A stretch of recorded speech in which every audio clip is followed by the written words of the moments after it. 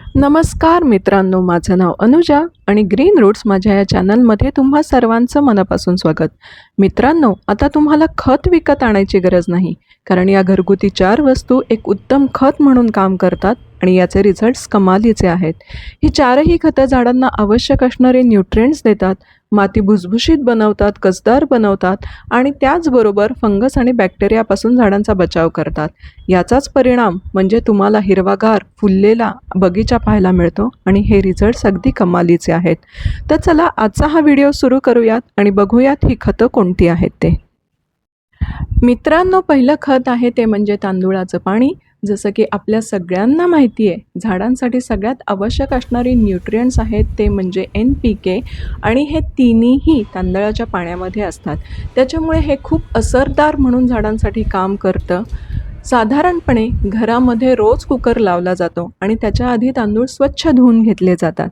तर हे पाणी फेकून न देता तुम्ही झाडांना घालू शकता, जेणेकरून आवश्यक असणारे न्यूट्रिएंट्स झाडांना या पाण्यामधून मिळतील. त्याचबरोबर हे अगदी ऑर्गॅनिक आहे, त्याच्यामुळे मातीमध्ये जे बेनिफिशियल बॅक्टेरियाज आहेत, गांडूळ आहेत, यांना ह्या पाण्यामुळे कुठलाही हानी पोचत नाही आणि उलट माती आणखीन सुपीक होण्यास आणि भुसभुशीत होण्यास मदत होते. याचाच परिणाम म्हणजे झाडं रिकवर होतात आणि त्याच्यामध्ये पुन्हा वाढ झालेली तुम्हाला दिसून येते.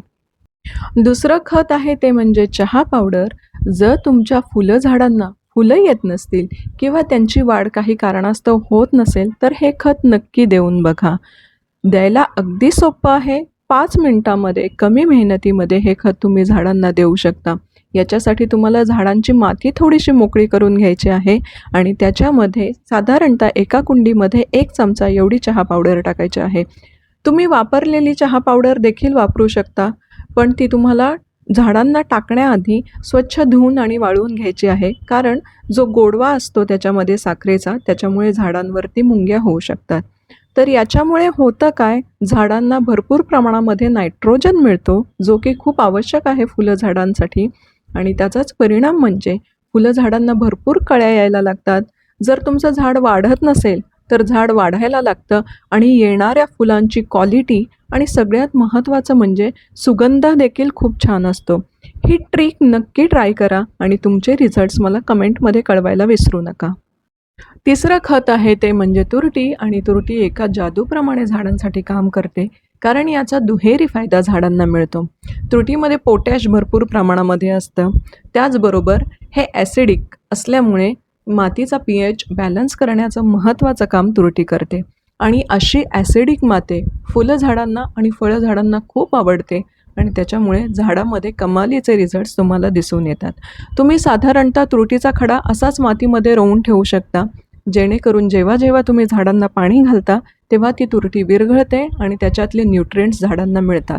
पण सध्या उन्हाळा आहे, त्याच्यामुळे द्रव्य स्वरूपात दिलेली खतं झाडांना पटकन ॲब्झॉर्ब करता येतात आणि त्याचा फायदा दिसून येतो. त्याच्यामुळं मी तुरटीची बारीक पूड करून घेतलेलं आहे आणि त्याचं पाणी झाडांना देत आहे.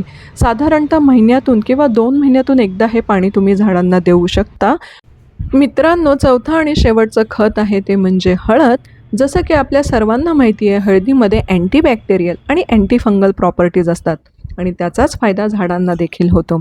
साधारणतः 1 लिटर पाण्यामध्ये पाणी कोमट करून घ्यायचं, त्याच्यामध्ये 1 चमचा हळद मिक्स करायची आणि ते अर्धा तास झाकून ठेवायचं. याच्यामुळे होतं काय, हळदीचे जे गुणधर्म आहेत ते पाण्यामध्ये उतरण्यास मदत होते. हे पाणी तुम्ही झाडांना असंच देऊ शकता. त्याच्यामुळे झाडांच्या मुळामध्ये समजा फंगस अटॅक झालेला असेल, मुळं खराब झालेली असतील तर ते रिकवर होण्यास मदत होते. इंडोर प्लांट्स किंवा आउटडोर प्लांट्स या दोन्ही झाडांना तुम्ही पाणी हे घालू शकता. दुसरं म्हणजे याचा कीटकनाशकासारखा वापर करू शकता. स्प्रे बॉटलमध्ये हे पाणी टाकायचं आणि ते डायरेक्टली झाडांच्या पानांवरती स्प्रे करायचा. त्याच्यामुळे मेलीबग्स, कीटक किंवा फंगस यांचा जर अटॅक झाडावरती झाला असेल तर ते कमी होण्यास मदत होते. मित्रांनो, तुम्हाला हा आजचा व्हिडिओ आवडला असेल तर मला प्लीज प्लीज प्लीज कमेंट करून सांगा आणि माझ्या चॅनलला लाईक, शेअर, सबस्क्राईब करायला विसरू नका.